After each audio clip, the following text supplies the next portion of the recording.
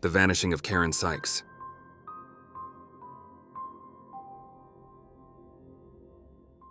On the morning of June 18, 2014, the rugged beauty of Mount Rainier was more than just a backdrop. It was a familiar companion to Karen Sykes, a seasoned hiker with over 10,000 hours spent exploring the trails of the Pacific Northwest. Yet that day, the mountain would become the site of one of the most baffling disappearances in recent history. For the investigators piecing together the events that led to Karen's mysterious vanishing, her extensive experience only deepened the puzzle. Mount Rainier, with its towering peaks and vast flower-strewn meadows, is both breathtaking and unforgiving. The air is crisp, the paths winding through dense forests and open sunlit trails. At 70 years old, Karen Sykes was in the prime of her life, or so it seemed to those who knew her. Described as the guru of the trails by the Seattle Times, Karen was not just a hiker. She was a living repository of knowledge about the wild terrains of Washington, Oregon, and Northern California. Her hiking partner that day, Bob Moror, was no stranger to these landscapes either, yet nothing could have prepared them for the harrowing ordeal that was about to unfold. The couple set out that day with a clear plan: explore the Ojai Lakes Trail, a 13.3-kilometer loop known for its low elevation and open vistas, perfect for the photographs Karen needed for her latest article. They packed with caution, bringing extra gear and supplies, knowing the unpredictability of mountain weather. As they ascended to around 5,000 feet, the trail stretched ahead seemingly benignly, well below the heights where most hikers encounter serious trouble. Halfway through their hike, Bob needed a brief rest.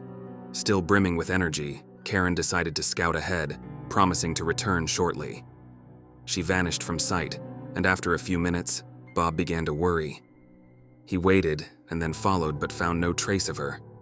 The path she had taken was straightforward, the kind Karen could navigate blindfolded. Yet, as minutes turned into an hour, the realization dawned that something had gone terribly wrong. Panic set in as Bob searched frantically, calling out her name with no response. The landscape, usually a place of solace for Karen, had seemingly swallowed her whole. Bob rushed back down the trail to alert the National Park Service, initiating what would become an exhaustive search and rescue operation. Within hours, 6 ground crews, 2 K-9 teams, and an overhead aircraft were scouring the area. The terrain was challenging, but not impassable, and given Karen's expertise, the searchers were confident they would find her before nightfall. But as the hours dragged on, hope began to fade. The temperatures plummeted below freezing that night, and with still no sign of Karen, the reality of her predicament became increasingly grim. For 3 days, the search teams combed through the mountain's roughest, steepest regions, expanding their radius by 20 miles in a desperate bid to locate her. On the 3rd day, they found a body, a woman, approximately 15 miles from the trail where Karen had last been seen. The location was baffling, a desolate, nearly impassable area that Karen, with her experience, would have likely avoided at all costs. The body was eventually confirmed as Karen Sykes, yet the mystery only deepened. The Pierce County Medical Examiner's Office determined that she had died of a heart attack, possibly triggered by the late stages of hypothermia. But the circumstances were perplexing. Karen was known for her athleticism and was in excellent health. How could she have strayed so far off course? And why was she found without her gear, which was crucial for survival in such conditions? The official cause of Karen Sykes' death was listed as hypothermia, compounded by a heart attack, and the case was closed as an accident. But the questions lingered for her friends, family, and the tight-knit hiking community. How could a woman with such vast experience become disoriented in familiar terrain? What led her to wander into such perilous territory? In the end, Karen Sykes' death remains a haunting reminder of nature's unpredictability and the thin line between expertise and tragedy. Even the most seasoned adventurers can fall victim to the wild's unforgiving grasp, leaving more questions than answers behind. The disappearance of Erin Marie Gilbert. On the evening of July 1, 1995, Erin Marie Gilbert stepped out for what seemed like an ordinary first date. Little did anyone know, it would be the last time anyone saw the 24-year-old alive. The mystery of her disappearance would haunt her family and baffle investigators for decades. Erin, a beautiful young woman standing at 5'11", with brown hair and hazel eyes, had recently moved to Alaska from San Francisco, seeking a fresh start. She lived in a quiet neighborhood with her sister Stephanie, her husband, and their 2 young children. Alaska's vast wilderness, with its towering mountains and dense forests, formed the backdrop for Erin's new life, a stark contrast to the bustling streets of San Francisco. Yet, it was within this rugged beauty that Erin vanished without a trace. The night of her disappearance began like any other. Erin had met a man named David Combs just days earlier at a bar, and the two had arranged to attend the Girdwood Forest Fair together. When David arrived to pick Erin up, Stephanie noticed he was wearing sunglasses. This curious detail would later stick with her. As Erin prepared to leave, Stephanie's 4-year-old son suggested she take a cell phone with her, a precaution Erin dismissed as unnecessary. The fair was a lively event, filled with music, laughter, and the scent of food wafting through the air. Witnesses recalled seeing Erin and David at a beer garden, mingling with the crowd. But as the evening wore on, the couple decided to leave. They were last seen together around 6 p.m. According to David, the night took a troubling turn when they reached his car, only to find that it wouldn't start. He claimed he left Erin with the vehicle while walking to a friend's house nearby, hoping to get help. Hours passed, and after a fruitless search, David returned to find the car, but no sign of Erin. Strangely, the car now started without issue. David said he assumed Erin had simply gone back to the fair. He searched for her until 1 a.m., but when he failed to find her, he drove home alone. It wasn't until 7 a.m. the next morning that he contacted Stephanie, a delay that would raise suspicions. Stephanie awoke to find Erin's bed untouched. Her sister had not returned home. Panic set in as the hours dragged on with no word from Erin. The police were notified, and a search was launched, combing the vast and unforgiving Alaskan wilderness around Girdwood. While plausible, David's account of the night was riddled with oddities, especially his delay in informing anyone about Erin's disappearance. But without any concrete evidence, the investigation stalled. Days turned into weeks, and weeks into months as Erin's family desperately searched for answers. They retraced Erin's steps, questioned those who had been at the fair, and plastered the area with missing person flyers. Yet, no new leads emerged. Erin had simply vanished, leaving behind a trail as cold as the Alaskan winters.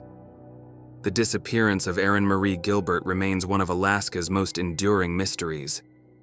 Almost 30 years have passed, and the once vibrant young woman would now be nearing 55 years old. Her family, though no longer holding out hope that she is alive, continues to search for closure. They still hope for answers, a sign, anything that could explain what happened that horrible night in July 1995. In the end, Erin's story has become just another chilling reminder of just how quickly someone can slip away. The disappearance of Steve Litsey. Every year, over 250,000 people are reported missing in the United States.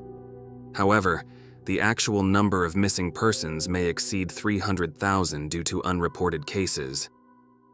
Amidst these staggering statistics, most disappearances remain unsolved, slipping into the abyss of forgotten files. Yet, every so often, a case emerges so perplexing that it defies explanation, becoming the subject of countless theories and speculation. The disappearance of Steve Litsey is one such case. Steve Litsey was a 71-year-old avid outdoorsman and seasoned hunter, whose love for the wilderness led him deep into the remote stretches of the Umpqua National Forest in Oregon. The thick, untamed woods of the Umpqua, with its towering trees and winding trails, had become a second home to Litsey. He and his wife Suzanne had moved to the small town of Elkton, Oregon, to be closer to this wilderness after retiring from a successful career in real estate in Paradise, California. Litsey, who had always considered himself an accomplished hunter, relished the solitude and challenge that these deep woods offered. On October 29, 2011, Litsey set out for what was supposed to be another routine hunting trip with a close friend, an expedition that would test their skills and patience in the dense, quiet forest. But what began as a simple hunt soon spiraled into an unsolvable mystery. The two men had arrived at the Twin Lakes area of the Umpqua National Forest on October 22, 2011. Equipped with rifles, extra gear, and enough provisions to last 2 weeks, they anticipated a rewarding hunt. Yet from the outset, something was amiss. The forest, usually alive with the sounds of wildlife, was eerily silent. Days passed, and the pair found no signs of large game. Even the small animals, birds, squirrels, that typically populated the forest were conspicuously absent. It was as if the wilderness had become a void, devoid of life. Frustration mounted as the days wore on without a single successful sighting. On the morning of October 29th, Litsey and his partner decided to try a different strategy. Believing that their combined presence might be alerting the animals to their approach, they agreed to separate. Litsey stayed in a small culvert along the trail, while his friend ventured further ahead, planning to meet back at their vehicle later that day. But when Litsey's partner returned hours later, there was no sign of Steve. He retraced his steps, calling out for his friend, but the forest returned only silence. Litsey was gone, leaving behind no trace. Panic set in as Litsey's partner rushed back to their vehicle, hoping that perhaps Steve had returned on his own. But the vehicle was empty, and as the sun dipped below the horizon, the dread of something terrible took hold. The partner immediately contacted the Douglas County Sheriff's Office, and within hours, a massive search effort was underway. The United States Forest Service, the National Guard, and more than 50 volunteers joined in, scouring over 30 square miles of forest, far beyond the distance Litsey could have traveled on foot. Despite their efforts, they found nothing. No tracks, no equipment, and no sign of the experienced hunter. It was as if Steve Litsey had simply vanished into thin air. Over the next 2 days, more than 2,000 man-hours were spent searching for any clue to Litsey's whereabouts. Experienced bloodhounds were brought in, their noses trained on the last spot where Litsey had been seen. Yet, even the dogs were stumped, unable to follow his scent beyond a few feet. The trail went cold almost immediately, adding another layer of mystery to Litsey's disappearance. The National Guard deployed helicopters equipped with state-of-the-art thermal imaging and infrared cameras, sweeping the forest from above. Ground teams used all-terrain vehicles to navigate the rugged terrain, hoping to spot Steve along one of the many trails. But despite their advanced technology and extensive manpower, the forest yielded no answers. After 3 days, search teams discovered scattered pieces of trash, believed to be from Steve's packed food rations. Oddly, these items were found miles apart, spread across different directions, deepening the puzzle. Just as hope began to fade, a sudden snowstorm blanketed the area, halting the search efforts and erasing any remaining traces of Litsey's path. After 7 days of relentless searching, the rescue operation was called off. Steve Litsey was presumed dead, lost somewhere in the unforgiving wilderness. But the search teams and investigators were left with more questions than answers. How could an experienced hunter, well-equipped and familiar with the rules of survival, vanish without a trace? Why had there been no distress signals, no sounds of gunfire, nothing to suggest where Litsey had gone? Steve Litsey's disappearance remains one of the most baffling cases in recent history. A man who walked into the woods one morning and never returned. His story lingers in the quiet forests of the Umpqua, a haunting reminder of the wilderness's power to consume, without leaving a single clue behind. So what do you make of these mysterious disappearances? Be sure to leave your questions and answers in the comments section below. And if you made it this far, thanks for watching, and don't forget to like and subscribe. Thanks again, and I hope to see you next time.